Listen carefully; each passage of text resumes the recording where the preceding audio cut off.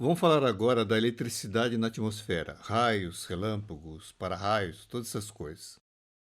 A gente vai ver que entre nosso nariz e o nosso pé existe uma diferença de potencial de 150 volts.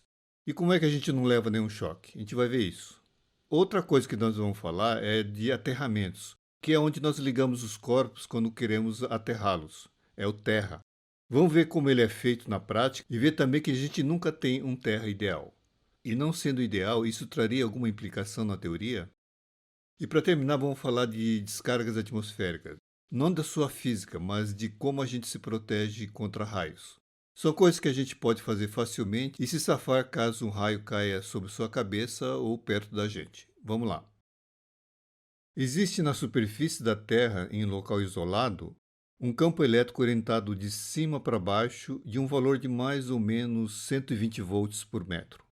Então temos equipotenciais aqui desse jeito. A cada 1 metro temos uma diferença de potencial em torno de 120 volts. Esse gráfico mostra a intensidade do campo elétrico medida em uma área desértica, no alto da Cordilheira dos Andes, ali mais ou menos próximo de Santiago do Chile. A intensidade varia se é dia ou à noite, e também varia em tempos menores, fica parecendo um ruído. Tomando a média dessas flutuações, durante o dia, o campo é de mais ou menos 130 volts por metro e durante a noite, mais ou menos 60 volts por metro. A intensidade e a orientação desse campo varia também com as condições meteorológicas. Aqui nesse outro gráfico, a gente tem esses picos, eles se referem a instabilidades no tempo no momento da medição.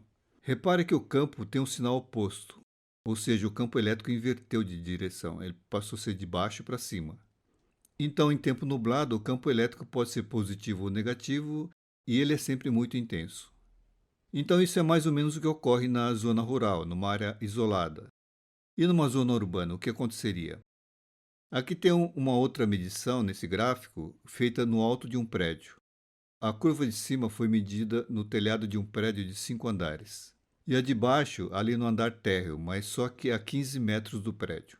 Pelo gráfico, a gente tem em torno de 1.500 volts por metro no alto do prédio e uns 700 volts por metro no piso térreo. Então, se a gente estiver tanto na cidade quanto no campo, existe então uma DDP da altura da sua cabeça até os seus pés. E por que a gente não leva nenhum choque? A resposta pode ser entendida usando esse traçado de equipotenciais e do campo elétrico de um objeto pontiagudo. As equipotenciais são essas linhas mais ou menos na horizontal e o campo elétrico as linhas perpendiculares às equipotenciais. Reparem que, basicamente, as equipotenciais foram como que empurradas para cima. E elas ficam muito próximas uma das outras nessa região da ponta.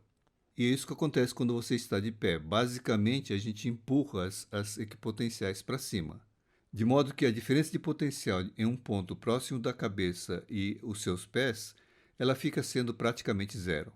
E isso vai acontecer com qualquer objeto que esteja na superfície, como um carro ou qualquer outra coisa.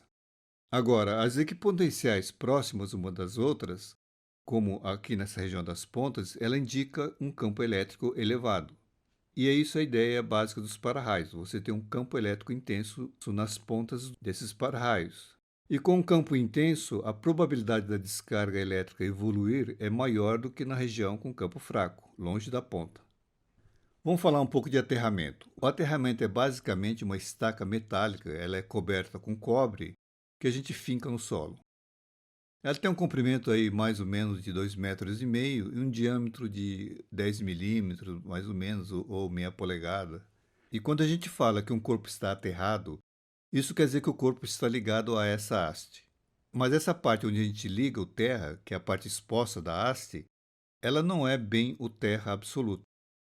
O terra absoluto encontra-se em outro ponto lá no fundo do solo. É um ponto onde o potencial é zero. E entre esse ponto de terra absoluto e o ponto de acesso na haste, existe uma resistência associada à resistividade do solo e é chamado de resistência do terra. Então o terra absoluto está aqui embaixo, onde o potencial é zero, e lá em cima a gente tem o terra real, onde o potencial não vai ser zero, pois toda vez que fluir uma corrente vai existir uma DDP entre esse ponto e o terra absoluto. Então, o terra absoluto, onde o potencial é zero, representado por esse conhecido símbolo, ela não existe na prática. Mas a gente viu aí nos vídeos anteriores que o que importa é a diferença de potencial. O potencial em si, o valor do potencial, é totalmente irrelevante. Então, isso não traz nenhuma consequência nefasta a qualquer aspecto da eletricidade. E quanto vale essa resistência do terra? Bom, ela depende da resistividade elétrica do solo e, portanto, varia se o terreno é arenoso ou argiloso, ou ainda se está úmido ou seco. Geralmente, aqui na região do interior do Brasil, e não sendo uma região de várzea, a resistência do terra, usando apenas uma haste cravada no solo, ela vai ser de mais ou menos de 200 a 500 ohms. Mas o valor que a gente quer é sempre bem abaixo disso. O valor exigido por normas técnicas internacionais é abaixo de 5 ohms. Isso para ser usado em para-raios ou equipamentos de potência. O que é ainda tolerável para esses casos é uma resistência de até 15 a 20 ohms. É esse mais ou menos o valor exigido pelas companhias distribuidoras de eletricidade. Agora, um lembrete: é comum a gente ver para-raio ligado a um terra pobre, a um terra ruim. Isso é muito perigoso. Nunca ligue um para-raio a apenas uma ou poucas hastes cravadas no solo. Vamos falar um pouco de proteção contra raios, uma vez que é comum a gente estar em área escampada, como na praia ou aí apreciando a natureza. Quando um raio cai num ponto, vai ter um fluxo de cargas, ou seja, uma corrente elétrica no interior e na superfície da Terra. Apesar de ser um evento transitório, a gente pode analisar numa ótica estática. E assim a gente tem essas equipotenciais circulares na superfície, que se estendem para dentro da Terra, formando calota ou meias esferas para dentro da Terra. Aqui a gente tem uma pessoa andando no momento da queda do raio. Veja que quando ele der um passo, os pés vão estar em equipotenciais diferentes. O que vai acontecer é que vai ter uma descarga através dos seus pés. Essa tensão entre os pés é chamada de tensão de passo e pode chegar a vários quilovolts. Como o coração está mais acima, o cara pode sobreviver. O que dá parada cardíaca é a corrente que passa pelo coração. Basta uma corrente de um pouco mais de 200 miliamperes para a desgraça acontecer. Então essas são informações iniciais. Vamos ver o que fazer para nos protegermos. Então o perigo em dias nublados, em lugares abertos, é que a descarga ocorra na pessoa devido às distorções das equipotenciais perto da cabeça e também da tensão de passo caso o raio caia nas proximidades. Para se proteger contra o raio na cabeça, a primeira medida é agachar, como esse cara aqui. Mas veja que os pés estão distantes, e se o raio cair perto, vai fluir uma corrente, passando por entre as pernas. Imagine o estrago. E tem ainda o estrondo do raio, uma onda sonora que pode provocar estragos na sua audição. A melhor proteção é agachar, tapando os ouvidos, e manter pouco ponto de contato com o solo. Ficar na ponta dos pés e os pés mais junto possível. Com isso, a tensão de passo vai ser bem menor. E se estiver chovendo, é melhor se cobrir com algo que fique bem encharcado e essa cobertura fique em contato com o solo. E por que isso? Quando você tem um tubo com uma corrente axial, o campo magnético no interior do tubo, esse campo magnético é nulo. E sem campo magnético a gente não tem indução. Ou seja, no interior do tubo é como se nada tivesse acontecendo.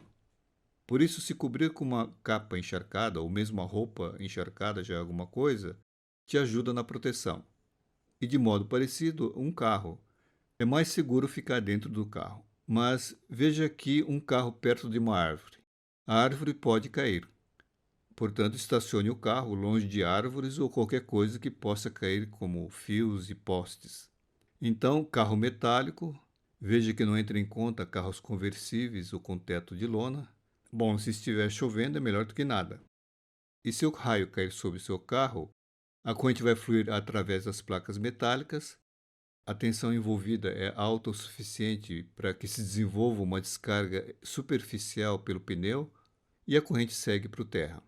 Dentro do carro, o campo magnético vai ser bem próximo do zero, principalmente se estiver chovendo. Vamos para o resumo.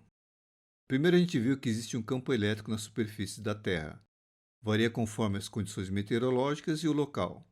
Longe de tudo e em tempo bom, esse campo aponta de cima para baixo e sua intensidade é mais ou menos de 120 volts por metro. Depois falamos de aterramentos. Vimos que na prática não existe o terra absoluto com potencial nulo. E depois nós falamos de raios, que nunca devemos ligar um para-raio a um terra feito apenas com uma ou poucas hastes cravadas no solo. E para se proteger dos raios, ficar dentro do carro, longe de outras coisas que possam eventualmente cair sobre o carro, e caso não disponha do carro, é ficar de cócoras com os pés juntos e o ouvido protegido. E, se possível, com um capuz ou uma capa encharcada, uma capa, aquela tipo manta invisível do Harry Potter, mas tem que estar encharcada. Isso também ajuda na proteção. É isso aí.